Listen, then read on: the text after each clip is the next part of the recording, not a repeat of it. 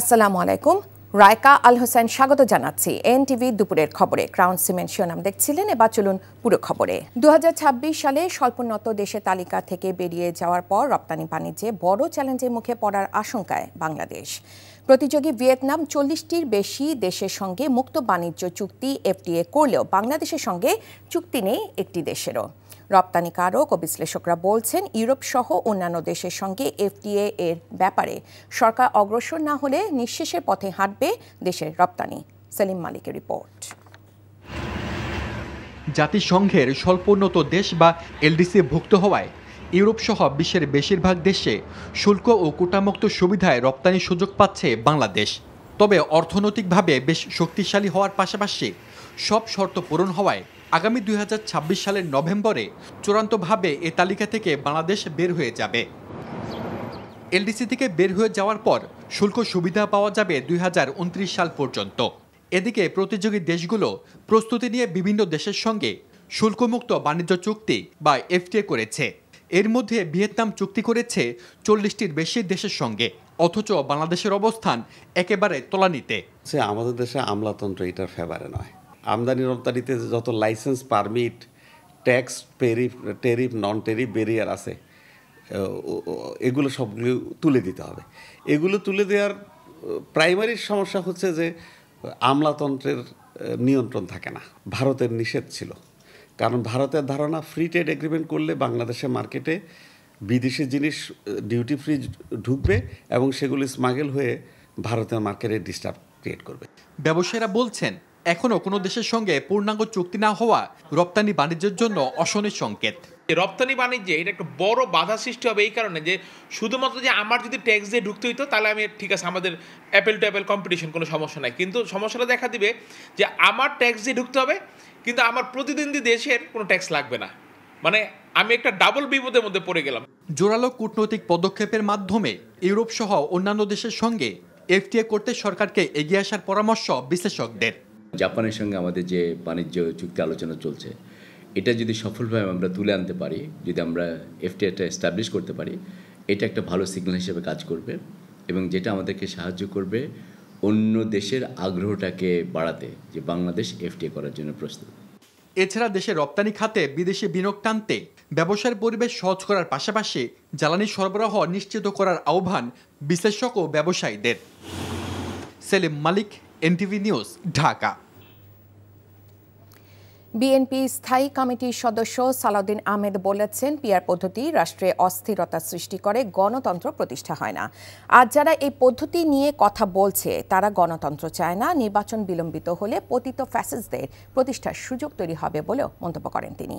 আর রুহুল কবির রিজভী আহমেদ বলেন, নতুন ইস্যু তৈরি করে জনগণের মধ্যে বিভ্রান্তি ছড়ানোর চেষ্টা চলছে। ইফতেখার রেজার রিপোর্ট। ন্যাশনাল ডেমোক্রেটিক পার্টি এনডিপির ৩৬তম প্রতিষ্ঠাবার্ষিকী উপলক্ষে রাজধানীর ইঞ্জিনিয়ার্স ইনস্টিটিউটে আলোচনা সভায় সালাউদ্দিন আহমেদ বলেন, আগামী নির্বাচন বিলম্বিত করার জন্য বা বানচাল করার জন্য পিআর পদ্ধতি ইস্যুটি তোলা হচ্ছে। পিআর মানে আমি অনেক সময় বলেছি, এটা পার্মানেন্ট রেস্টলেসনেস, এটা স্থায়ীভাবে অস্থিরতা সৃষ্টি করে। যে সমস্ত রাজনৈতিক দল নিজস্ব রাজনৈতিক স্বার্থে, জাতীয় স্বার্থকে জলাঞ্জলি দিচ্ছে, দেশের স্বার্থকে, জনগণের স্বার্থকে জলাঞ্জলি দিচ্ছে হীন রাজনৈতিক উদ্দেশ্যে, তাদেরকে বলবো, আপনারা বাংলাদেশের জনগণের স্বার্থে সঠিক রাস্তায় ফেরত আসুন। আমরা এমন কোনো কর্মকাণ্ড করতে পারবো না যার মধ্য দিয়ে ফেসিবাদের পুনরুত্থান হয় অথবা ফেসিবাদের প্রত্যাবর্তন সহজ হয়, অথবা আমরা এমন কোনো কর্মকাণ্ড করতে পারি না যার ফাঁক ফোকরের মধ্য দিয়ে বাংলাদেশে অস্থিরতা সৃষ্টি করতে পারে। এদিকে অ্যাসোসিয়েশন অব ইঞ্জিনিয়ার্স বাংলাদেশের উদ্যোগে শহীদ রাষ্ট্রপতি জিয়াউর রহমানের মাজারে শ্রদ্ধা জ্ঞাপন ও ফাতেহা পাঠ শেষে বিএনপির সিনিয়র যুগ্ম মহাসচিব রুহুল কবির রিজভী বলেন, ফেব্রুয়ারিতে নির্বাচনের জন্য মানুষ প্রস্তুত, তবে জনগণ আগের মতো আমি দামি আওয়ামী মডেলের নির্বাচন চায় না। জনগণ তো প্রস্তুত, জনগণ তো ভোট দিতে প্রস্তুত। তো সুতরাং নতুন কোনো ইস্যু তৈরি করে জনমনকে এবং মানুষের চোখে বিভ্রান্ত করার যারা চেষ্টা করছেন তারাও জনগণের কাছে আজকে ধরা খেয়ে যাবেন। দুর্বৃত্তের যে শাসন করেছিলেন, আওয়ামী ফ্যাসিবাদের শাসন করেছিলেন, আরেকটি কোনো নতুন ফ্যাসিবাদের শাসন এদেশে মানুষ দেখতে চায় না। এই যে দীর্ঘ 16 বছর প্রকৃত ভোটাররা ভোট কেন্দ্রে যেতে পারেনি, সেই নিশ্চয়তা বিধান করবে এবারে নির্বাচন কমিশন এবং ডক্টর ইউনূস সাহেবের নেতৃত্বাধীন অন্তর্বর্তীকালীন সরকার। দেশের জনগণ সকল অশুভ ষড়যন্ত্র মোকাবিলা করে গণতন্ত্রের পাশাপাশি জাতীয়তাবাদ পুনঃপ্রতিষ্ঠা করবে বলেও মন্তব্য করেন রিজভী আহমেদ। Iftekhar Reza, NTV news, Dhaka. জামায়াতে ইসলামী ধর্মের ভিত্তিতে জাতিকে বিভাজিত করার পক্ষে নয় বলে জানিয়েছেন দলটির আমির ডাক্তার শফিকুর রহমান। সকালে রাজধানীর মগবাজারে আল ফালাহ মিলনায়তনে কেন্দ্রীয় উলামা কমিটির উদ্যোগে দেশের বিশিষ্ট দায়ী ও ওয়াইজ সম্মেলনে কথা জানান তিনি। জামায়াত আমির বলেন, সাম্প্রদায়িক সম্প্রীতির অনন্য উদাহরণ বাংলাদেশ, তবে স্বাধীনতার এত বছরেও মানবিক সমাজ গঠন হয়নি মন্তব্য করে এক্ষেত্রে জাতিকে পথ দেখাতে ওলামাদের আহ্বান জানান তিনি। ডাক্তার শফিক বলেন, একজন শিক্ষিত মানুষ জাতি যে ক্ষতি করতে পারে হাজারো মানুষ মিলে সে ক্ষতি করতে পারে না। আল্লাহ ভীরু মানুষ নেতৃত্বে আসলে সমাজে শান্তি প্রতিষ্ঠা হবে বলেও আশা প্রকাশ করেন তিনি। যখন কোনো জাতি সংকটে পড়ে তখন সেই জাতিকে ওই জাতির আলেম বা শিক্ষিত লোকদের দায়িত্ব হচ্ছে তারা পথ দেখাবেন। ওলামায়ে কেরাম যদি জাতিকে পথ দেখান, আশা করা যায় যে জাতি পথ পাবে এবং উপকৃত হবে। ওলামায়ে কেরামের মধ্যে জাতি একটা ইস্পাত কঠিন ওয়াক্য দেখতে চায়। ওলামায়ে কেরাম শুধুমাত্র মেহরাবে দাঁড়িয়ে নামাজের ইমামতি করবেন, এটুকু আমার এবং আমাদের প্রত্যাশা নয়। আমরা চাই যিনি নামাজের ইমাম তিনি হবেন সমাজেরও ইমাম। শেষবারের মতো সবার ভালোবাসায় সিক্ত হলেন ভাষা সংগ্রামী ও গবেষক আহমদুর রফিক। কেন্দ্রীয় শহীদ মিনারে তার প্রতি শ্রদ্ধা জানান সাধারণ মানুষ, সাংস্কৃতিক কর্মী, সাহিত্যিক, রাজনীতিক সহ বিভিন্ন শ্রেণী পেশার মানুষ। সাধারণের কাছে অসাধারণ শ্রদ্ধার মানুষ আহমদুর রফিক 96 বছর বয়সে চলে গেলেন, রেখে গেছেন বাংলা ভাষার প্রতি তার সংগ্রামের অবিস্মরণীয় স্মৃতিময় ডায়েরি।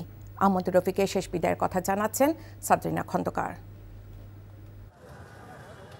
আহমদ রফিক এক ভাষা সংগ্রামীর নাম। 96 বছরের দীর্ঘ জীবন শুধু সংখ্যায় নয়, ছিল কর্মের। তার হৃদয়ের স্পন্দন ছিল মাতৃভাষা বাংলা, যার জীবনের প্রতিটি উচ্চারণে ছিল ভাষার প্রতি ভালোবাসা আর দায়বোধ। এই কীর্তিমানের প্রতি শ্রদ্ধা জানাতে শহীদ মিনারের চারপাশ ভরে গিয়েছিল মানুষের ভালোবাসা, শোকে। এসেছিলেন ভক্ত অনুরাগী সহকর্মীরা। তার সকল কাজ ওই রূপান্তরের কাজের সভাপতি কাজী সেজন্য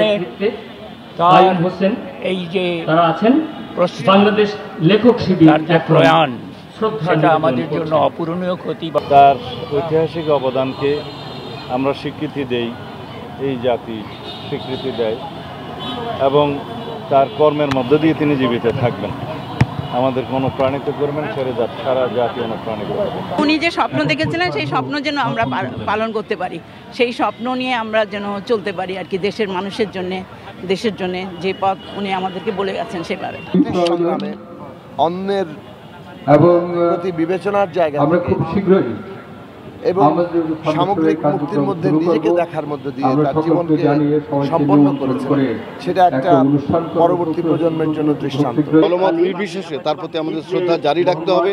আমরা চাই যে আহমদ রফিকের সৃষ্টিগুলো যেন অক্ষুণ্ণ থাকে। তার জীবনযাপন, তার সাংগঠনিক তৎপরতা এবং একটা বিশেষ নৈতিক দৃষ্টিভঙ্গি চারদিকে ছড়িয়ে দেওয়ার জন্য তৎপরতা, এই ব্যাপারগুলো আসলে আমাদের সমাজের একজন অত্যন্ত গুরুত্বপূর্ণ মানুষ হিসেবে তাকে বহুদিন স্মরণীয় করে রাখবে। এই ভাষা সংগ্রামীর লেখা প্রথম প্রকাশিত হয় 1958 সালে শিল্প সংস্কৃতি জীবন, হয়ে ওঠে বাংলা ভাষা, সাহিত্য আর সংস্কৃতির অবিচ্ছেদ্য অংশ। তার রচিত ও সম্পাদিত গ্রন্থের সংখ্যা শতাধিক। তার অবদানের স্বীকৃতি স্বরূপ পেয়েছেন 21 পদক, বাংলা একাডেমি সাহিত্য পুরস্কার এবং কলকাতার ট্যাগর রিসার্চ ইনস্টিটিউট থেকে রবীন্দ্র তত্ত্বাচার্য উপাধি। বৃহস্পতিবার রাতে রাজধানীর বারডেম হাসপাতালে তিনি শেষ নিঃশ্বাস ত্যাগ করেন। শ্রদ্ধা নিবেদন শেষে করা হয় শোক র্যালি। ভাষা সংগ্রামী আহমদ রফিকের মরদেহ দেওয়া হয় ইব্রাহিম কার্ডিয়াক হাসপাতালের অ্যানাটমি ডিপার্টমেন্টে মেডিকেল শিক্ষার্থীদের জন্য। 1929 সালের 12 সেপ্টেম্বর ব্রাহ্মণবাড়িয়ার শাহবাজপুরে জন্ম নিয়েছিলেন এক স্বপ্নবাজ তরুণ। নশ্বর পৃথিবী ছেড়ে পাড়ি জমালেন অনন্তের পথে 2 অক্টোবর 2025 সালে। সাদরিনা খন্দকার, এনটিভি নিউজ, ঢাকা। ইসলামী ব্যাংক থেকে সম্প্রতি চাকরিচ্যুতরা ঢাকা চট্টগ্রাম মহাসড়ক অবরোধ করে বিক্ষোভ করছে। সকালে চট্টগ্রামে ফৌজদারহাট ক্যাডেট কলেজের সামনে মহাসড়কে অবস্থান নিয়ে তারা এই কর্মসূচি পালন করে। এতে সড়কে যান চলাচল বন্ধ হয়ে যায়। আন্দোলনকারীরা জানান, ব্যাংক কর্তৃপক্ষ 27 সেপ্টেম্বর কিছু কর্মীর জন্য পরীক্ষার আয়োজন করে। বিষয়টি নিয়ে আদালতে রিট করা হলে হাইকোর্ট পরীক্ষা স্থগিত করে নিয়মিত প্রমোশন পরীক্ষা নেওয়ার নির্দেশ দেয়। কিন্তু হাইকোর্টের আদেশ অমান্য করে ব্যাংক কর্তৃপক্ষ বিশেষ দক্ষতা মূল্যায়ন পরীক্ষার তারিখ ঘোষণা এবং তাতে বাধ্যতামূলক অংশ নিতে নোটিশ দেয়। এই পরীক্ষা বর্জন করায় প্রায় 400 কর্মকর্তাকে চাকরিচ্যুত করা হয়। এই প্রতিবাদে ও 6 দফা দাবিতে 1.5 ঘণ্টা মানববন্ধন ও অবস্থান কর্মসূচি পালন করে চাকরিচ্যুতরা। গাজায় নিরীহ ফিলিস্তিনিদের জন্য খাদ্য, ত্রাণ ও চিকিৎসা সামগ্রী বহনকারী গ্লোবাল সুমুদ ফ্লোটিলার উপর ইসরায়েলি সেনাদের আক্রমণের প্রতিবাদে মানববন্ধন করেছে ইউনিভার্সিটি টিচার্স লিংক। সকালে ঢাকা বিশ্ববিদ্যালয়ে অপরাজেয় বাংলার পাদদেশে এই মানববন্ধন করেন তারা, যেখানে শিক্ষকরা ছাড়াও শিক্ষার্থী ও মানবাধিকার কর্মীরা যোগ দিয়ে এই হামলার প্রতিবাদ জানায়। শিক্ষকরা বলেন, এই হামলার পর বিশ্ব বিবেক নিশ্চুপ আন্তর্জাতিক সংস্থাগুলো প্রত্যাশা অনুযায়ী ভূমিকা রাখতে পারছে না। গাজাকে ইসরায়েল মৃত্যু উপত্যকায় পরিণত করেছে বলে অভিযোগ করেন তারা। দেশের সকল পর্যায়ের শিক্ষক, শিক্ষার্থী ও সাধারণ মানুষকে ফিলিস্তিনের পক্ষে সোচ্চার হওয়ার পাশাপাশি প্রয়োজনে রাস্তায় নামারও আহ্বান জানান তারা। এই ছিল দুপুরের খবরে। এই খবরে ভিডিও সহ আপডেট জানতে ভিজিট করুন NTV অনলাইন www.ntvbd.com। এছাড়াও NTVর জনপ্রিয় সব অনুষ্ঠান ও খবরের আপডেট জানতে ভিজিট করুন আমাদের ইউটিউব ও ভেরিফাইড ফেসবুক পেজ। 5টায় দেশের খবর দেখার আমন্ত্রণ রইল। ধন্যবাদ সবাইকে।